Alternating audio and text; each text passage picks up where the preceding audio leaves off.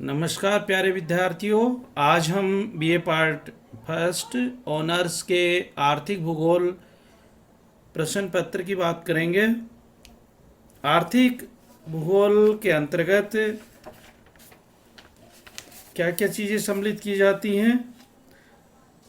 इस पाठ्यक्रम में मुख्य रूप से आर्थिक भूगोल की परिभाषा है, प्रकृति है, उसका विषय क्षेत्र है, अर्थव्यवस्थाओं का वर्गीकरण है, पर्यावरण पर आर्थिक क्रियाओं का प्रभाव है, प्राकृतिक संसाधन है, मृदा है, ऊर्जा संसाधन है, खनिज संसाधन है, धान्य फसलें हैं, व्यापारिक फसलें हैं, पेय फसलें हैं।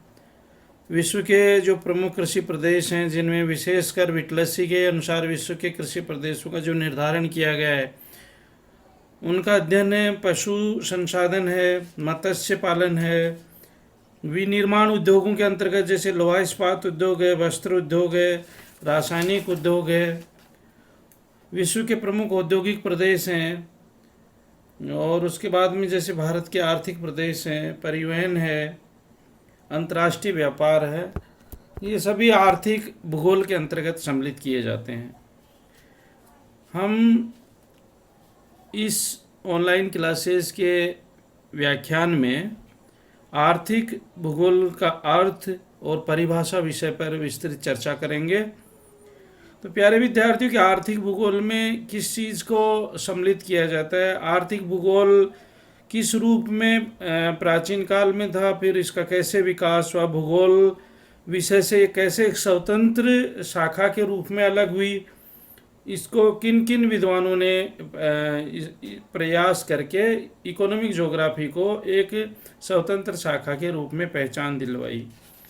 तो ये जो सारी चीज़ें हैं उनको सम्मिलित करते हुए हम आज आर्थिक भूगोल विषय के बारे में बात कर रहे हैं। तो आर्थिक भूगोल अध्ययन का वह क्षेत्र है जो पृथ्वी तल पर मिलने वाली आर्थिक क्रियाओं की स्थानिक विभिन्नताओं का अध्ययन करता है। यह विभिन्नता भौगोलिक कारकों के प्रभाव से स्थानिक, राष्ट्रीय तथा विश्व स्तर पर दृष्टिगोचर होती है।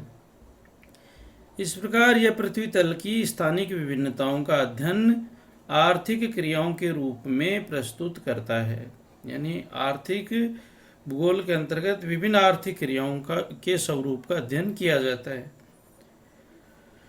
पृथ्वी तल में उस परिवेश को सम्मिलित किया जाता है जहां मानव जीवन अस्तित्व में है।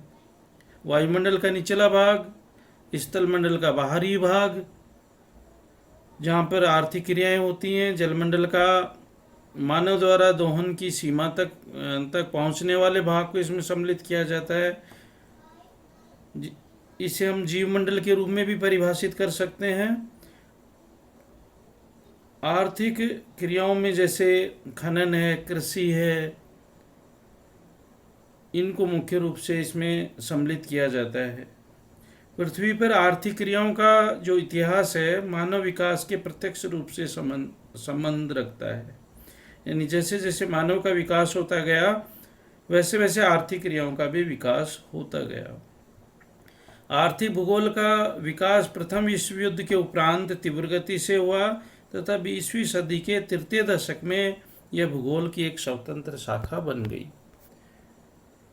उससे पहले आर्थिक क्रियाओं का अध्ययन वाणिज्य भूगोल के अंतर्गत किया जाता था, जिसके जन्मदाता एंड्रीज महोदय थे। 1862 में इन्होंने एक विश्व भूगोल पुस्तक लिखी जिसमें विभिन्न देशों के व्यापार संबंधित आंकड़ों और तथ्यों का संग्रहण था। सर्वप्रथम 1862 में जर्मन विद्वान गोत्स्चे ने वाणिज्य भूगोल से भिन्न अर्थ में आर्थिक भूगोल को परिभाषित किया। इसी समय ब्रिटेन में चिसोलम व अमेरिका में स्मिथ भी वाणिज्य भूगोल का समर्थन कर रहे थे। शुरू में आर्थिक क्रियाओं के ऊपर निश्चयवादी विचारधारा का प्रभाव था। धीरे धीरे आर्थिक क्रियाओं के ऊपर संभववादी विचारधारा का प्रभाव पड़ने लगा और आगे चल करके आर्थिक भूगोल का विकास तेजी के साथ में बढ़ता गया इन विचारधाराओं के साथ में। आर्थिक भूगोल का स्वतंत्र अस्तित्व स्थापित करने में 1925 में हैटनर व सीओ शावर का विशेष योगदान रहा और 1925 में ही संयुक्त राज्य अमेरिका में आर्थिक भूगोल नामक शोध पत्रिका का प्रकाशन किया गया, जिसमें आर्थिक भूगोल के अध्ययन को व्यापकता प्रदान की गई। आर्थिक भूगोल की यदि हम परिभाषाओं की बात करें तो सर्वप्रथम जर्मन विद्वान गोत्स्चे ने 1882 में आर्थिक भूगोल की परिभाषा दी। आर्थिक भूगोल में विश्व के विभिन्न भागों की उन विशेषताओं का वैज्ञानिक विवेचन किया जाता है जिनका वस्तुओं के उत्पादन पर प्रत्यक्ष प्रभाव पड़ता है। ये परिभाषा थी गोत्स्चे महोदय द्वारा 1882 में। इस परिभाषा में समझाने की कोशिश की कि अपने प्रारंभिक काल में आर्थिक भूगोल की विशेष सामग्री निश्चयवादी विचारधारा से प्रभावित थी। उस समय मनुष्य के प्रत्येक कार्य पर प्राकृतिक वातावरण का प्रभाव था। वस्तुओं के उत्पादन की अपेक्षा उन पर पड़ने वाले तत्वों व कारकों का अध्ययन आर्थिक भूगोल में महत्वपूर्ण माना जाता था। आगे चल करके 1930 में ब्राउन महोदय ने आर्थिक भूगोल की जो परिभाषा दी उसमें उन्होंने कहा कि आर्थिक भूगोल का वह पहलू है जिसके अंतर्गत वातावरण, जिसमें जैविक व अजैविक दोनों प्रकार के वातावरणों को सम्मिलित किया गया, के द्वारा मानवीय क्रियाकलापों पर पड़ने वाले प्रभावों का अध्ययन किया जाता है। यानी इस परिभाषा में मानवीय क्रियाकलापों पर पड़ने वाले वातावरण के कारकों के अध्ययन पर विशेष बल दिया गया। आर.ई. मर्फी के अनुसार आर्थिक भूगोल की परिभाषा कि आर्थिक भूगोल मनुष्य की जीविकोपार्जन की विधियों में एक स्थान से दूसरे स्थान पर मिलने वाली समानता व विषमता का अध्ययन करता है। यानी इसमें प्रादेशिक विभिन्नता के दृष्टिकोण को समावेशित किया गया और मर्फी के विचारों से ही प्रभावित होकर J.W. अलेक्जेंडर महोदय ने आर्थिक भूगोल की एक नई परिभाषा दी, जिसमें उन्होंने कहा कि आर्थिक भूगोल भूतल पर मानव के आर्थिक कार्यों की प्रादेशिक भिन्नता का अध्ययन करता है। मानव के यह कार्य धन के उत्पादन, विनिमय तथा उपभोग से संबंधित होते हैं। ये अलेक्जेंडर महोदय की परिभाषा थी कि इसमें उन्होंने प्रादेशिक भिन्नताओं को बेसिक आधार दिया और मानव के कार्यों को धन के उत्पादन, विनिमय और उपभोग से संबंधित किया। आर्थिक क्रियाओं में जो उन्होंने अलेक्जेंडर महोदय ने सम्मिलित किया कि उत्पादन में उन्होंने 5 क्रियाओं को सम्मिलित किया। जो आर्थिक क्रियाएं थी उसमें प्राथमिक क्रियाएं, द्वितीयक क्रियाएं, तृतीयक क्रियाएं, चतुर्थ क्रियाएं और पंचम क्रियाएं, इस प्रकार से 5 क्रियाओं का निर्धारण किया। प्राथमिक क्रियाओं में जैसे निर्वहन, कृषि है, वानिकी है, खनन है, मत्स्य, पशुचारण, इनको सम्मिलित किया। द्वितीय क्रियाओं में उद्देश्यपरक कृषि है, व्यापारिक पशुपालन है, उद्योग है, इनको सम्मिलित किया गया। इसी प्रकार तृतीय क्रियाओं में सेवाएं, व्यापार, परिवहन, संचार। चतुर्थ क्रियाओं में वित्त, स्वास्थ्य, मनोरंजन, शिक्षा, प्रशासनिक सेवाएं, सरकारी नौकरशाही। पंचम क्रियाओं में उच्च स्तरीय प्रबंधन एवं कार्यकारी प्रशासनिक स्थिति, वैज्ञानिक शोध एवं विकास सेवाओं को सम्मिलित किया गया।